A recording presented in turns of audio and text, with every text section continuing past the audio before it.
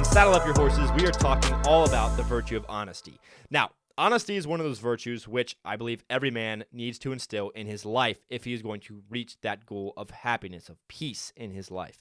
Honesty gives you like a profound sense of peace in your life when you are putting it into your life, when you're actually working in accord with honesty. Now, honesty is not just truthfulness. This is one of the things I want to make clear from the get-go. Honesty deals with your own honor as well. Like honesty and honor go hand in hand. And a lot of that honor deals with telling the truth. So they're related in that way, but honesty is not exactly the same as truthfulness. And so with all these virtues, I like to first off explain what the hell the virtue is, why the hell you should want it, and then how the hell you get it. That's, one of the formats I try and play under when it comes to these virtues. So, what is honesty? Honesty is the virtue which deals with not only lying, but actively saying the truth. Not only about the things outside yourself, but about yourself as well. And that second part, about yourself as well, that's the part I really want to focus on today. And that's what Aristotle focuses very deeply on when he talks about the three men in relation to honesty, the virtue of honesty. Also one last thing, one little precursor before this. Courage and honesty go hand in hand. Being honest about yourself and your abilities and the type of man you are requires courage. Because sometimes it's easy to lie about yourself, to say, oh, I'm better than I actually am. But that's not the truth. And it leads to a ton of problems down the road. So if you're searching for that peaceful life, that joyful life, and ultimately that happy life, you must be honest. So let's dive right into the three men that Aristotle talks about in regards to the virtue of honesty. These three men are the boastful man, the mock-modest man, and finally, the honest man. Obviously, we are shooting for the honest man, but I talk about all three of these men because they help you gauge where you're at in relation to true honesty. So let's talk about the boastful man. The boastful man constantly overstates his accomplishments in order to make others think well of him. And sometimes he even believes it himself. You can imagine like the prime trash talker on the basketball court or any sporting, platform, hockey or football, anything like that. You can imagine the guy is going out there and he's saying, I'm the best. I'm the next LeBron. I'm the next, Jerry Rice. I'm the, you can think of the best sports player. I'm that guy, and he goes out there and he's bragging up a storm, and then he gets demolished by a guy that hasn't said a word. He's been quiet, and he just pops off, and he's like, oh my gosh, this one guy, was out there saying, I'm the best, I'm going to make every shot I get, and he's hogging the ball, and he's shooting, and he might be an okay player, but he's not that great. He's not as great as he's saying, and then he gets humbled real fast. And that'll happen in a lot of areas of your life. I mean, damn it, if you think that you're Superman, and you go jump off a cliff, you're like, I'm going to fly away, Well, that claim this does not correlate to the reality of what you are. You go out there and say you're Superman, but you jump off the cliff, and you try and fly, and then you fall to your death. That's what would happen. That's an extreme instance where honesty, not being honest, would lead to your death. But you get the point. Being honest is crucial to having a thriving life. So the boastful man, one of the things in our culture recently is he gets so much airtime. The guy out there that is like, I'm the best, I'm going to win the Super Bowl, or I'm going to win the championship games, I'm going to do all this stuff. And he's constantly out there saying that and making these outlandish claims and then never backing them up. He gets a lot of airtime. Why? Because he's loud.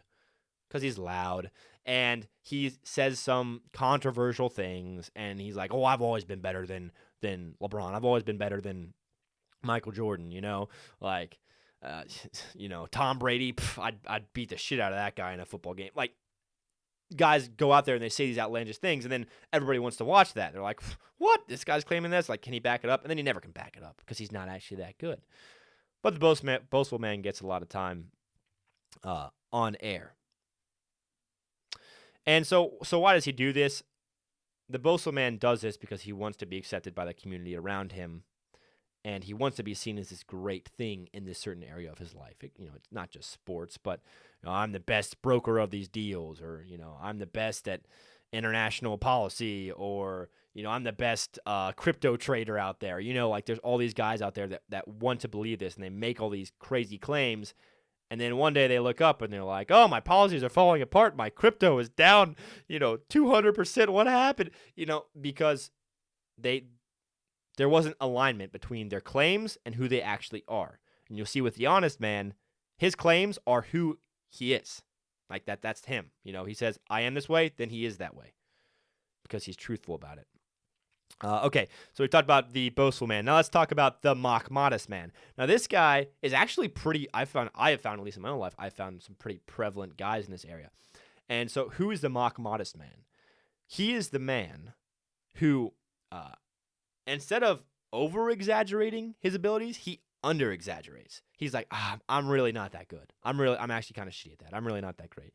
And this is not really humility, by the way. This is beyond humility. This is actually very bad, right? So imagine that you have a 5-star chef, okay? Like he is top of the line, and he's one of your friends. He's one of your buddies. And you guys are having a get-together with a bunch of your friends, and you're trying to figure out who should cook. Well, one of your friends is a 5-star chef. Everybody knows this. But people ask him, like, oh, he's like, I'm actually not that good. I really don't make the best food. It's just kind of okay, all right? And that's not good because that's not him using his talents to help those around him. He's an amazing cook. He should be the person probably put in charge of making the meals, or at least, giving you ideas for what meals should be made and how they should be made. And, like one of the examples I give in my book is like, in an active shooter situation. If this guy came into a building and started shooting people up, right?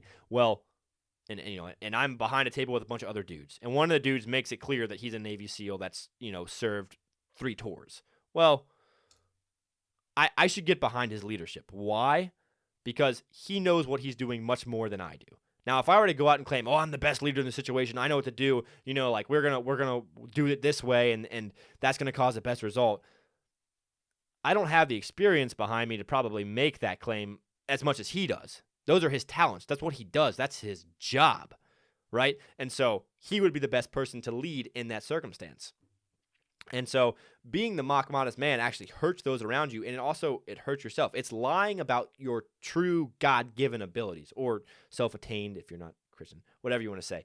But your abilities, your talents, it is actually saying, no, I'm really not that good at that thing.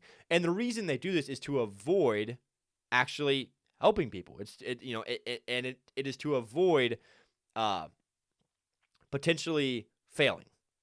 Right, because anytime you're put into a position of authority, there is the potentiality that you're going to fail at something. Right? Maybe he is a 5-star cook, but he messes up this recipe this one time. And then everybody looks at him and they laugh at him. Like that's what he's thinking in his head. Maybe. But that's not what, as a man, you're called to do. You are called to use your talents, use your abilities to help those around you. And so the mock modest man, he under-exaggerates his true abilities. So he's actually, in a different way than the boastful man, not honest about himself. So that leads me to the last man that Aristotle talks about, and that is the honest man. The honest man, his claims are completely in line with who he is. His abilities, his talents, he owns up to them when he's good at something. And he says, I'm very bad at something when he's bad at something. He's honest about his abilities. So, if you're playing a game of flag football and he says, I can't catch the ball, I can't throw the ball, I'm pretty bad, then if he's actually the honest man, then he's probably telling the truth there. Right? That is, maybe you don't pick him first in the lineup. Maybe he's tall and stuff, but he's like, I really don't have a lot of coordination, I'm pretty bad at this. Then maybe you don't pick him right away because he's being honest there. And if in the rest of his life he's been honest, then that would be a pretty good take, pretty good bet to place. But also if he's great at something, he'll say it. He won't shy away from that. He won't hide from that. Let's say you're trying to get in shape and you need a personal trainer, or you need somebody, a buddy that you can rely on to get in shape. And you see that your buddy, we'll call him John. Okay, so John, your buddy John, he's jacked, like he's buff, and you know he goes to the gym and he works out a lot, and he's all natural, he's not on roids. And so you go to John one day and you say, John, man, I really need some advice because I've got some flab on me. I'm trying to lose some weight, just trying to get healthier overall. Could you give me some like exercises, some tips, some some stuff on that front that could help me get to reach my goals? And John goes, "Nah, man, I don't actually know anything about working out. I'm pretty shit at it myself, actually." That's not being honest. Like he's got the proof is in the pudding to a certain degree. Like he's in good shape. He goes to the gym. So he should be a reputable source, a good teacher, a good mentor in that situation. But he is neglecting that duty almost because he's got the knowledge, he's got the experience, and he's your friend. He should help you out in that circumstance because he knows more than you do.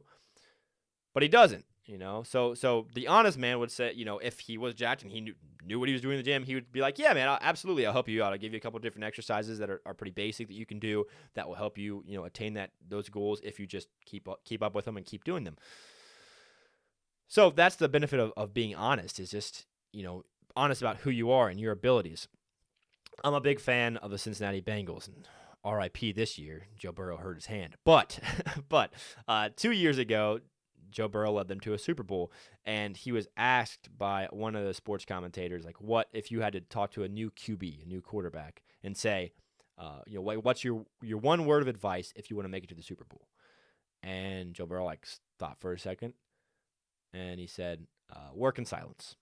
Work in silence. He's like, you don't need to post every workout on Instagram. You don't need to be very loud about your abilities. He says, put in the work in silence. Don't let everybody see it. Just grind it out. Keep working, and then show up on Sunday and execute and make it happen. And I just love that. I thought that was pretty awesome. Now, obviously, I'm biased. I like the Cincinnati Bengals, but that was pretty profound. What he said was like, work in silence. Just grind it out. You don't need to be flashy, and then you show up and you just execute. So I always thought that was pretty cool. But then, if you were to ask Joe Burrow, are you a top-tier quarterback? You say, yeah, absolutely. I'm a top-tier quarterback, and I'm not trying to be arrogant about that, but that's just the fact of the matter. Like, you can look at me. I'm pretty damn good. And so anyways, we'll get off football. But that's what the honest man does. He is always in line with his abilities. And this helps him to be a great leader because he knows his strengths and his weaknesses.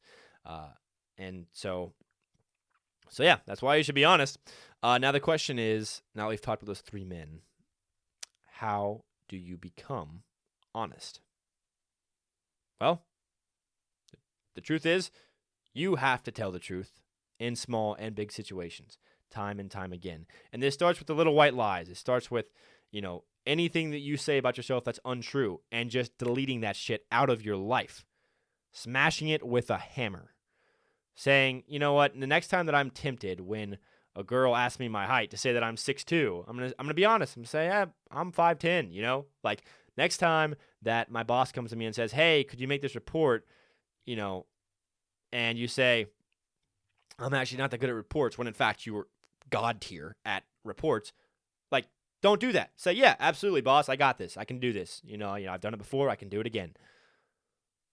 Be honest about your character time and time again. And once again, this deals very much with proactive thinking, right? Before you do, you answer. Before you make an action in the situation, you will step back and say, well, is what I'm about to say in line with who I actually believe I am?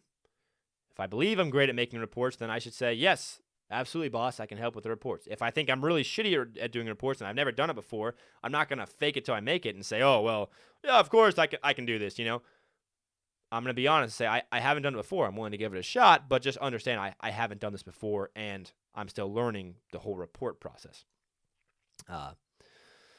So yeah, that's basically how you become honest. So I hope I've convinced you that being honest is the way to be. It makes life so much better.